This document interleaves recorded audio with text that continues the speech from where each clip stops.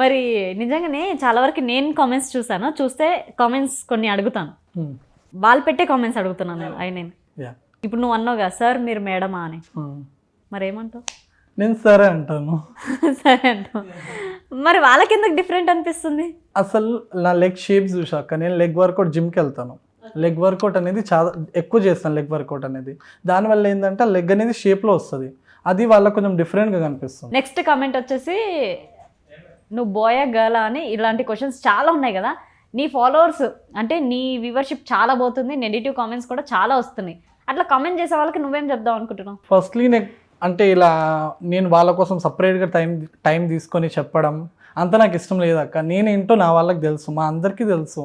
అంటే పర్టికులర్గా వాళ్ళ కోసం టైం తీసుకొని వాళ్ళకి నేను సమాధానం ఇవ్వడం అది ఇష్టం లేక నేను చెప్పాను కూడా, స్టోరీస్లో పెట్టాను కానీ ఇలా వాయిస్లో పెట్టలేదు. ఇంకా నేను వాళ్ళకి ఏం సమాధానం చెప్పాలని అనుకుంటలేను, ఎందుకంటే వాళ్ళకే తెలుస్తుంది ఫ్యూచర్లో అని నేను కూడా ఏం లైట్ తీసుకున్నాను. అంటే బాధ వేస్తుంది అక్క అలాంటి కామెంట్స్ వచ్చినప్పుడు, కానీ ఎవరికి తెలియదు నేను బాధపడతానని. చాలా బాధ వేస్తుంది. ఓకే.